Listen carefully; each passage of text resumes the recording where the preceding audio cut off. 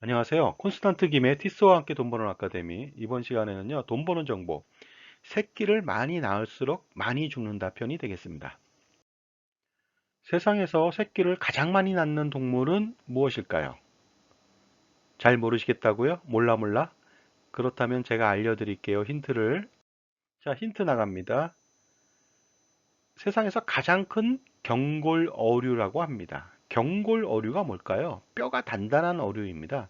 이 세상에서 가장 그 큰 물고기, 연골 물고기가 뭔지 아십니까? 그건 바로 상어입니다. 상어. 상어 보통 뭐 500kg에서 1톤까지 나가는데 그 고래상어 같은 경우에는 몇 톤이 나가죠. 근데 이 상어는 경골이 아니라 연골어류입니다. 뼈가 말랑말랑하죠. 그런데 딱딱한 뼈를 가지고 있는 어류라는 뜻이 되겠습니다. 세상에서 가장 큰 경골 어류를 가진 물고기는 무엇일까요?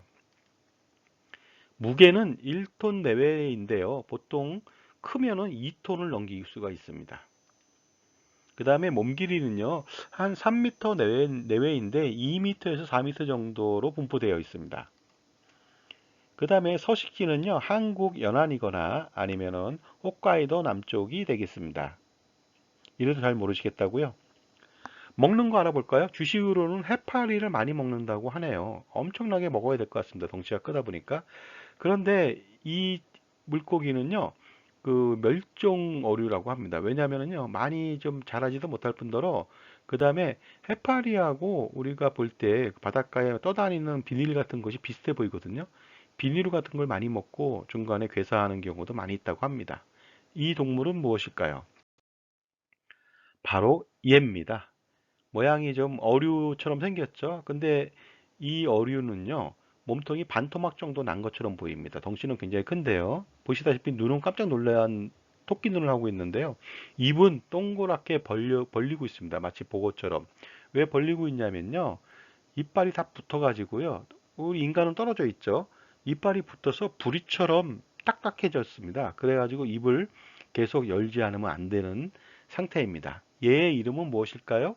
아까 말씀하셨어요. 몰라 몰라라고. 이 동물을 모른다고 했잖아요. 몰라 몰라. 학술명이 몰라 몰라고요. 개복치라고 합니다. 이 개복치가 낳는 알 숫자는요. 놀라지 마십시오. 한 번에 3억 개의 알을 낳습니다. 엄청납니다. 세계 최고죠. 개복치가 3억 개를 낳는다.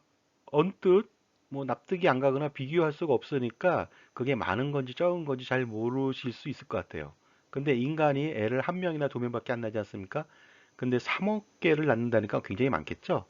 그리고 또 특별히 또 많이 낳는 동물들이 있는데 그거랑 비교해 본다면 정말 개복치가 얼마나 위대한지 알 수 있습니다. 도롱뇽 같은 경우 한번 볼까요? 보통 수십 개에서 한 100여 개 이내에 알을 낳습니다. 이 도롱뇽 알은요, 그 개구리 알하고 틀리게 개구리 알은 막 퍼져 있잖아요. 근데 이것은 길쭉하게 되어 있습니다. 어려서 제가 이것을 길쭉하게 되어 있는 것을 어른들이 먹으라고 그래갖고 배가 고파서 먹은 건 아니고요. 그냥 몸에 좋다고 해서 먹으라고 하더라고요. 그래서 먹었던 기억이 있습니다. 근데 이 도롱뇽은요, 일급수에 살다 보니까 굉장히 깨끗한 동물입니다. 다시 먹으라고 한다면 못 먹을 것 같습니다. 어쨌든 간에 도롱뇽은 몇십 개에서 100개 정도의 알을 낳습니다. 다음은 바다거북인데요. 바다거북 잘 아시잖아요. 그 모래사장에다 알을 낳고 가버리면 그 알들이 전부 다 부화해서 바닷가로 가는데 거의 다 죽는다는 거. 뭐 세미의 몸 이런 것도 많이 보셨잖아요. 한 번에 40개에서 200개 정도의 알을 낳습니다. 그 중에서 성체로 성장하는 것은 몇 마리 안 된다고 합니다. 개구리 한번 볼까요? 개구리? 개구리 뭐 논이나 아니면 늪지대에 아니면 방죽이나 뭐 이런 데 있지 않습니까? 저수지 근처에 얕은 물에 그 개구리 알이 엄청나게 많습니다. 그래서 엄청나게 많이 낳는 것처럼 보이는데 사실은 그거는 한 마리의 개구리가 난 게 아니죠. 그냥 여러 마리의 개구리가 난 알이죠. 보통 600개에서 700개 정도 알을 낳는다고 하는데요. 수천 개를 낳는 개구리도 있답니다. 연어 한번 볼까요? 연어. 그 연어 알 보시게 되겠습니다. 이크라라고 하는 일본 말이죠. 굉장히 먹음직스럽죠. 이 연어 같은 경우에는요, 그 약 3천 개의 알을 낳는답니다. 알래스카에서 보통 이게 연어가 회기 동물이잖아요. 회기 어류. 그래서 알래스카에서 수만 킬로를 수영해가지고 수천 킬로 수만 킬로를 수영해가지고 어떻습니까? 그 강원도 양양으로 와서 남대천으로 와서 죽을 힘을 다해서 상류로 가서 알 3천 개를 낳고 기진맥진해서 죽어버리죠. 이런 슬픈 어떤 그 히스토리를 갖고 있는 연어 약 3천 개 정도를 낳습니다. 유여보라고 해서요. 우리가 보통 뭐 그 안주로 많이 먹죠. 그 저기 포장마차나 기타 일식집 같은 데서도 안주로 나오는 건데요. 시샤모 유여보라고 하는데 유엽이라고 하는 것은 버드나무 이파리처럼 생겼다 해서 유여보라고 합니다. 보시게 되면요. 반을 자른 건데요. 몸에 비어있는 복강에 전부 다 알만 차 있습니다. 살은 별로 없죠. 그런데 유여보, 시샤모 같은 경우는 약 8,000개의 알을 낳는다고 합니다. 다음은 날치가 되겠습니다. 날치알 보셨죠? 굉장히 많습니다. 우리 날치알 같은 경우 김밥 위에 올려 먹거나 아니면 회덮밥에 올려놓고서 비벼 먹죠. 날치알은 약 15,000개 정도 된다고 합니다. 이거 굉장히 많죠. 그런데 15,000개도 많은데 얼마나 많습니까? 개복치 3억 개라고 하니까 놀랍죠. 가자미 같은 경우도요. 이게 알이 굉장히 작거든요. 몸에 반이 전부 다 알입니다. 놀랍게도요. 수십만 개 됩니다. 25만 개에서 76만 개 정도 되고요. 물가자미 같은 경우의 사례입니다. 물가자미가 보통 길이가 한 32, 3cm 된다고 하니까 굉장히 많은 알을 가지고 있다고 보시면 되겠습니다. 명태알은 여러분 다 많이 보셨죠? 명태 젓갈을 만드는데요. 요 명태알은요, 놀랍게도 100만 개까지 가능하답니다. 작게는 10만 개고요. 이것도 엄청나죠. 새끼를 많이 낳는 이유는 뭘까요? 알을 많이 낳는 이유는 무엇일까요? 바로 성체로 성장하기 어렵기 때문에 많이 낳는 겁니다. 그리 많이 낳아야만 확률상 그 중에서 성체로 성장할 수 있는 그 확률이 높아지기 때문에 많이 낳는 것이 되겠습니다. 개복치가 3억 개의 알을 낳지만 그 중에 성체로 성장하는 알은 한두 개에 불과하다고 합니다. 그 정도로 엄청나게 비효율적인데 어쨌든 간에 그렇게 많이 낳는다는 것이 되겠습니다. 왜 이렇게 많이 날까요, 근데? 바로 어류 같은 경우는 체외 수정을 합니다. 그래서 몸 밖에서 수정을 하기 때문에 그 알들을 제대로 키울 수가 없죠. 알들이 바닷물 사이에 부유물처럼 떠다니다가 대부분 다 다른 어류들한테 다 잡혀 먹힙니다. 그러다 보니까 성장을 못한다는 것이 되겠습니다. 이에 반해서 포유류 같은 경우는 체내 수정을 하니까 알이 아니라 뭐 새끼죠. 새끼가 엄마 자궁 속에서 아주 편안하게 잘 자라다 나오니까 성체로 자라날 수 있는 확률이 굉장히 높으니까 구태여 많이 낳을 필요가 없는 것이고요. 특히 또 체내 수정인데 그 새끼를 뭐 10마리, 20마리 낳기가 굉장히 어렵죠. 물론 설치류 중에서는 10마리 이상은 낳지만 그건 굉장히 작거든요.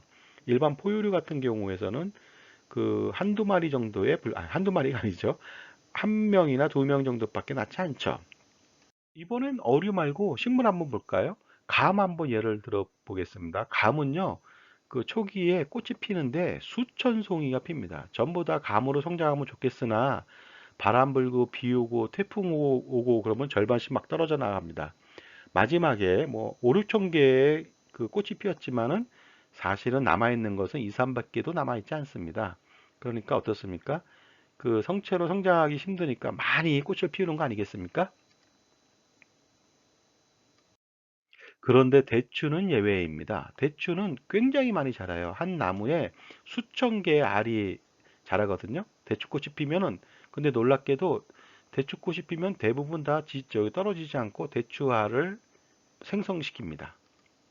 그래가지고 수천 개가 달려 있어도 전부 다 자란다는 것이 되겠습니다. 그래서 우리가 예전부터 제사 음식 중에 과일로 쓰는 것이 제일 먼저 나올 수 있는 것이 바로 이 대추거든요.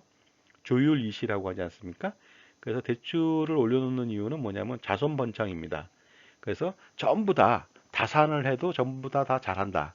그러니까 우리 자손들도 두 명, 세 명, 10명을 낳더라도 전부 다 죽지 말고 잘 자라라고 하는 염원에서 대추를 심어놓고 대추를 올려놨는데요. 그 감하고는 다른 이상한 그런 특징을 가지고 있다고 보시면 되겠습니다.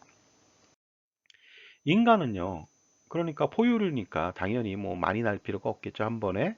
그래서 한 명을 낳는 것이 보통이죠. 근데 2명, 3명, 4명도 낳긴 합니다. 쌍둥이로. 그러나 더 이상 많이 낳진 못하겠죠. 보통 다 1명을 낳는데요. 바로 엄마 자궁 속에서 편안하게 잘 자라다 나오기 때문에 성차로 어른으로 성장할 수 있는 확률이 높기 때문에 1명만 낳는다는 것이 되겠습니다. 2018년도에 우리나라 영아 사망률이 2.8명에 불과합니다. 1000명당. 그 정도로 뭐 포유류가 이제 사람이 포유류니까요. 적게 나도 성장 가능성이 높기 때문에 적게 난다고 보시면 될 것 같습니다. 그런데 적게 낳아도 전부 다 자란다고 해서 1명만 낳는다는 풍조가 있었는데 요새 합계 출산율은 1명이 아닙니다. 너무 적게 나죠. 0.84명, 2020년도 기준입니다. 합계 출산율이라고 하는 것은 우리나라 여성 만 15세 이상 여성부터 만 49세까지 여성이 평생 낳는 아이의 숫자거든요. 1명이 안 됩니다. 1명은 낳아줘야 되는데 1명도 안 되니까 당연히 뭐 0.84명이 자라겠지만 0.84명이 1명이 안 된 상태에서 자란다니까 좀 아이러니하죠. 인구 정책에 문제가 있지 않나 이런 생각이 듭니다. 돈은 돈대로 썼는데 아이는 낳지 않고 있다. 전 세계에서 보통 2.2명, 2.3명 이상 평균 출생률을 보이고 있는데 우리나라는 2명은커녕 1명도 안 되고 0.84명으로 점점 낮아지고 있다는 것이 가장 큰 문제라고 볼 수가 있습니다. 적어도 1인당 2.1명은 출산해야지 인구가 유지되는데 이 상태로 간다면은 2100년이면 우리나라는 거의 인구가 없는 소멸되는 나라가 되지 않을까 이런 걱정을 좀 해보는데요. 앞으로 효과적인 인구 정책을 통해서 어느 정도의 합계 출산율을 높일 필요가 있다고 보고 있습니다. 그런데요, 하나 더 질문해 볼게요. 어금니가 영어로 뭔지 아십니까? 모른다고요? 몰라 모른다고요? 정답입니다. 바로 어금니는 몰라가 되겠습니다. 자, 지금까지요. 새끼를 많이 낳으면 많이 죽는다 편을 마치겠습니다. 감사합니다.